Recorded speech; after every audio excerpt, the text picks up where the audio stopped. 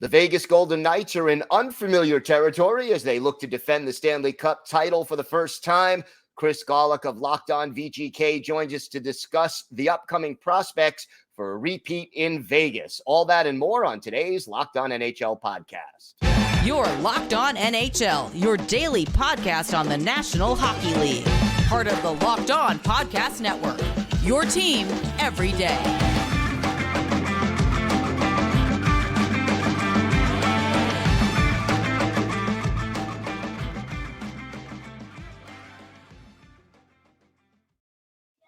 And welcome, everybody, to the Monday edition of the Locked On NHL podcast, part of the Locked On Podcast Network, your team every day. I want to thank everyone who makes Locked On NHL your first listen every day. Don't forget to subscribe on YouTube or wherever you get your podcasts so you can get new episodes as soon as they drop. And you can also hear us now on SiriusXM on the SXM app. Just do a search for Locked On NHL. It is great to welcome back to the show the co-host of Locked On Vegas Golden Knights, Chris Gawlik. And Chris, time to defend a Stanley Cup championship for the first time in the history of this franchise. How is the team's attitude as they begin? You know, they always say it's harder to defend a championship than to win one. How is this team approaching the upcoming season with this challenge?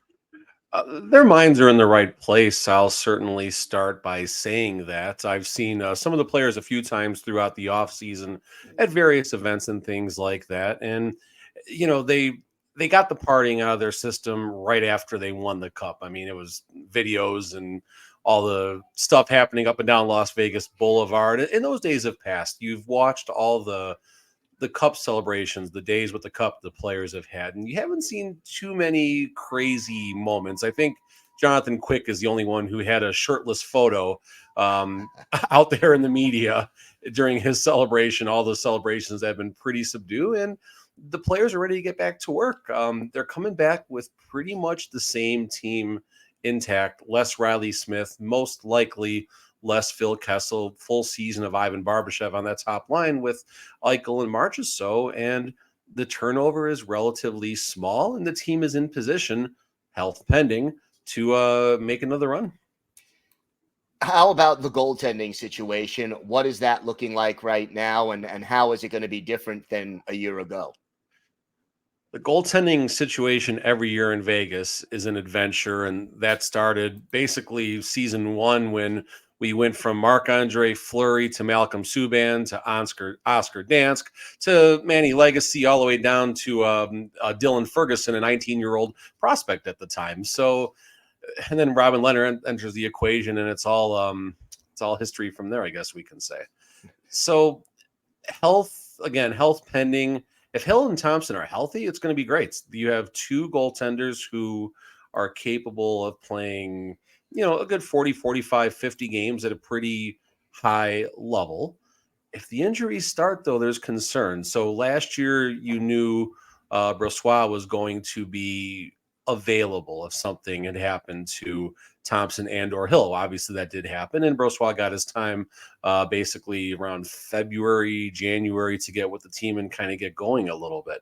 This year, the safety net as of today, right now, this moment, is Yuri Patera, the Henderson Silver Knights starting goalie who played all of 2 NHL games last season.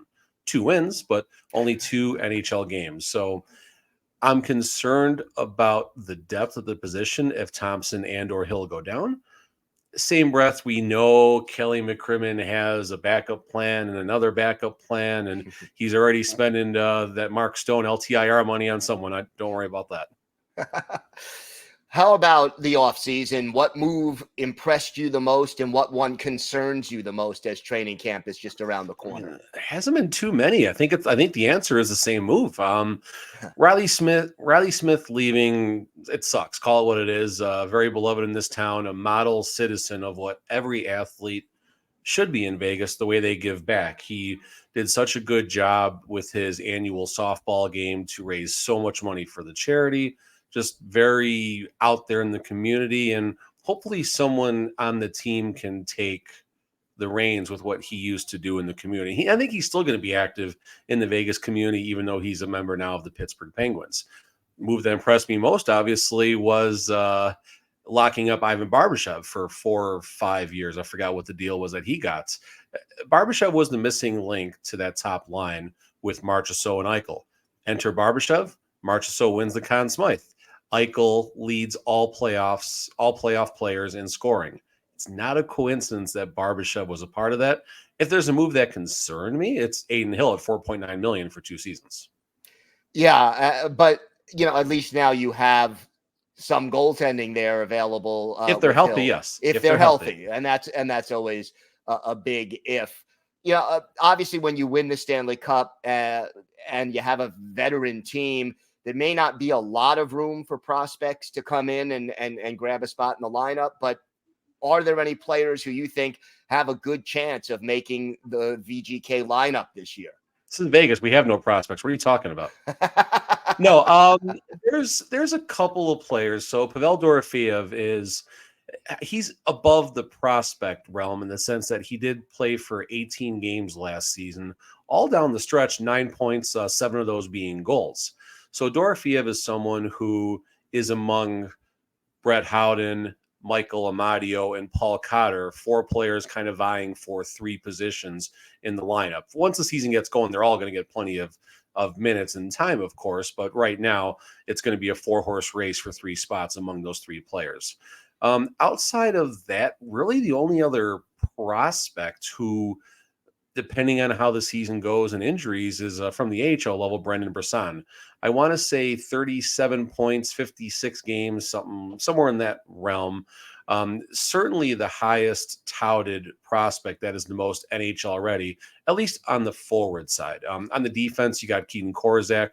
He played a handful of games last season, and he's probably the next person up from Henderson or even possibly Braden Pahal, who did get some time, even played in a playoff game last season. So we do have some horses, no pun intended, with the Henderson Silver Knights. It's not as sexy as some of the other teams' prospect pools, but in Vegas, we don't have too much concern over the prospects. And I mean, you're looking at defending a Stanley Cup title here.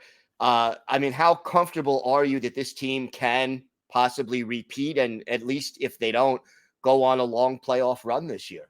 Health. I mean, as long as the health holds, the team should put up enough points to be top 2 in the division. I say should be enough. LA's done some work. They got Pierre-Luc Dubois.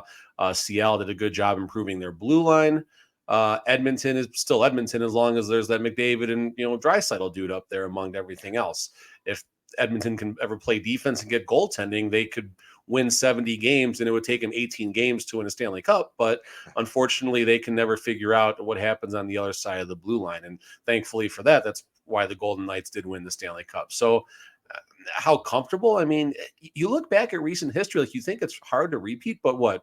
Tampa, Pittsburgh, Detroit, I believe, not too long ago. I mean, you go really far back. I've mentioned your Islanders a bunch of times. I'll always give you an opportunity to get a plug for your four-peat there. So is it hard to repeat? Yes, but can it be done? Absolutely. Is it likely? As much as a homer as I would like to be, I would take the no. As far as if my only options are yes or no, will the Golden Knights repeat as Stanley Cup champions? All right. Taking the safe route, I see there, Chris. Chris, why don't you tell our viewers and our listeners where they could find the podcast and where they could find you on social media? Yeah, so I'm TD Chris G, TD like touchdown Chris G. I also write for Vegas Hockey now. I write about daily on there, maybe a couple articles a day going up. You can find Locked On Vegas Golden Knights, YouTube, anywhere you get your podcasts, and you can see what type of shenanigans that me and good old Tony Cordasco are up to these days. There's plenty, I promise. Always. Chris, always great to have you here. Thank you so much for joining us today. Thank you.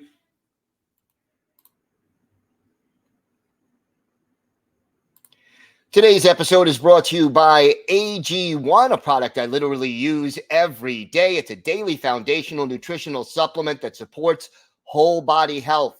I take AG1 before I leave my house for the day. It just gives me a better feeling of health and wellness and just makes me feel energized. And with AG1, you're getting 75 high-quality vitamins, minerals, whole food source superfoods, probiotics, and adaptogens to help you start your day right. This special blend of ingredients supports your gut health, nervous system, immune system, energy, recovery, focus, and aging, all of these things. So, if a comprehensive solution is what you need from your supplement routine, try AG1. You'll get a free 1-year supply of vitamin D and 5 free AG1 travel packs with your first purchase. Just go to drinkag1.com/NHL network. That's drinkag1.com/NHL network to check it out.